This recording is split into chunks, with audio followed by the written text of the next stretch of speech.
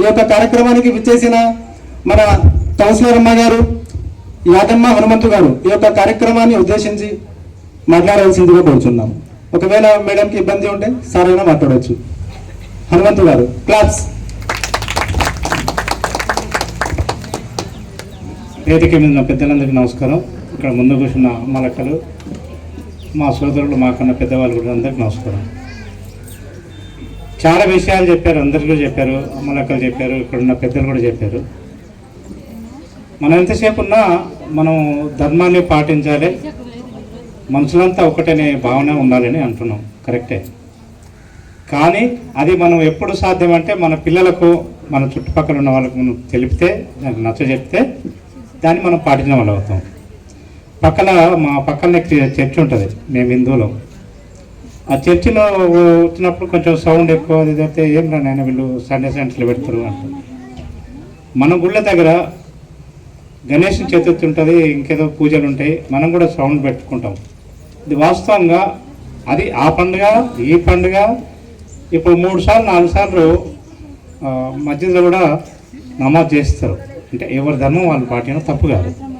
కానీ మనం ఒక దగ్గర కూర్చున్నప్పుడు, మనంతా కలిసినప్పుడు మనం మనుషులం అనే భావన మనకు ఉండాలి. మనం చుట్టుపక్కల మనం చెప్పాలి. అది అప్పుడు అందరు కూడా ఏం తెలుస్తాయంటే, అరే మతం ఏదో చర్చికి పోతున్నాము, మస్జిద్కి పోతున్నాము, గుడికి పోయిన కూడా మనం మనుషులం ఒక దగ్గర కలిసి ఉంటాం కదనే భావన కలిపితే గొడవలు ఉండవు, కోర్టులు ఉండవు, పోలీస్ స్టేషన్ పోయే అవసరం ఉండదు, ఏది కూడా ఉండదు నా మనసుకు, అంటే నాకు తెలిసినంత వరకు.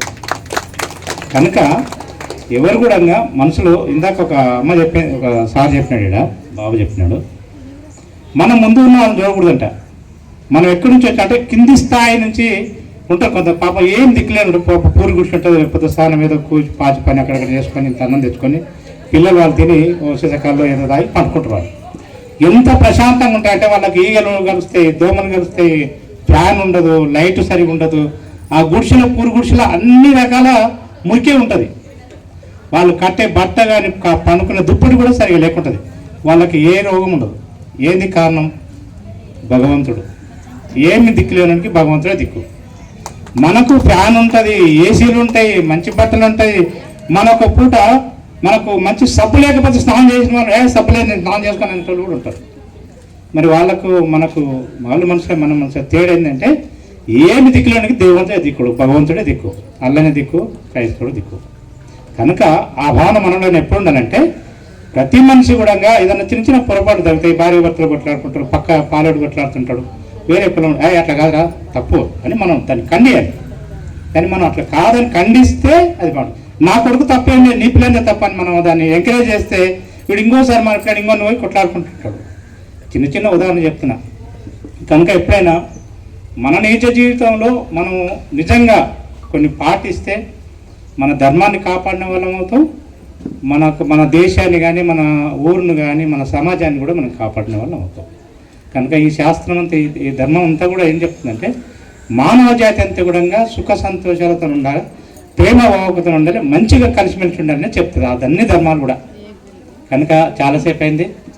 మీరు ఈసారి ఎప్పుడు ఇదే ప్రోగ్రాం పెడుతుంటాడు, మమ్మల్ని అందరూ పిలుస్తాడు, మీరు ఖచ్చితంగా రావాలంటే మేము ఎక్కడున్నా మా మేడం పిలుస్తాం. మా మేడం కొంచెం తెలుస్తుంది కానీ మాట్లాడలేదు, మేము ఎక్సర్సైజ్ కాబట్టి చాలా విషయాలు మాట్లాడినారు, చాలా సంతోషం. ఈ అమ్మలు కూడా పాపం ఆకలి అయినది. కానీ ఒకటి ఏంటంటే కుట్టు మిషన్ మీరు ఈ ప్రోగ్రాం పెట్టినారు, మేము వెంకటరమణ స్వామితో మాట్లాడినాము, మా దగ్గర ఎదురు కూడా పెడతామని అన్నది. కొంత స్థలము అది చూద్దాం నెక్స్ట్. కానీ మంచిదమ్మా, మీరు నేర్చుకున్నారు, కుట్టు మిషన్ నేర్చుకున్నారు, మీరు ఇంత ఓకే మీద మీ ఇంట్లో పనులున్నా కూడా మీరు ఇంత ఓకే మీద ఉన్నారు, చాలా సంతోషం. నాకు ఈ అవకాశం ఇచ్చిన అందరికీ నమస్కారం తెలియజేస్తూ జై హింద్, జై భారత్.